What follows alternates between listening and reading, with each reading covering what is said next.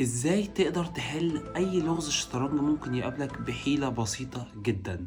طبعا لو جيت حطيت لك موقف زي اللي انت شايفه قدامك ده وقلت لك انت الابيض والمفروض تكسب، احتمال تفكر فيه مدة طويلة، احتمال تجيب الحل بعد مدة طويلة، واحتمال ما تعرفش تجيب الحل اصلا خالص.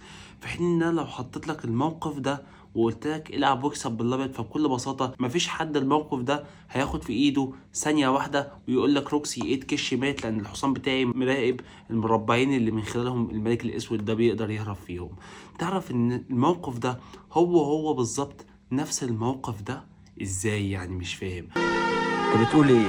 هقول لك بكل بساطة، لو انت بتحفظ الباترن في الشطرنج هتقدر تحل الموقف ده بكل بساطة. ازاي تقدر تحقق الباترن اللي فات او الموقف اللي فات في الموقف اللي انت شايفه قدامك ده؟ عشان اعرف اوصل للشكل ده، طبعا اول حاجة هفكر فيها في ان انا اكل الطابية بتاعتي في الفيل ده عشان اخلي الملك الاسود يجي على الديسكفر ده اتاك.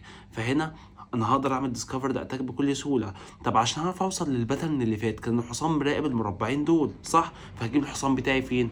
انت لوحدك اوتوماتيك قلت هجيب الحصان بتاعي فين؟ في الاف 5 صح كده؟ فبالتالي الملك الاسود ده لازم يتحرك. لو جه هنا فطبعا دي كش مات بكل بساطه. لكن لو هو مشي في الاتجاه التاني، ازاي اعرف احقق الباترن اللي فات؟ الباترن اللي فات كانت الطابيه بتنزل هنا، بس لو عملت كده دلوقتي الملك ده هيهرب هنا. فبكل بساطه هضحي بالوزير بتاعي برضو في مربع الاف 8، اجبر الملك الاسود ان هو ياكلني كده. انا قدرت احقق الباترن اللي فات او الموقف اللي انت شفته من شويه، وبالتالي روك دي ادي جت بكشمات.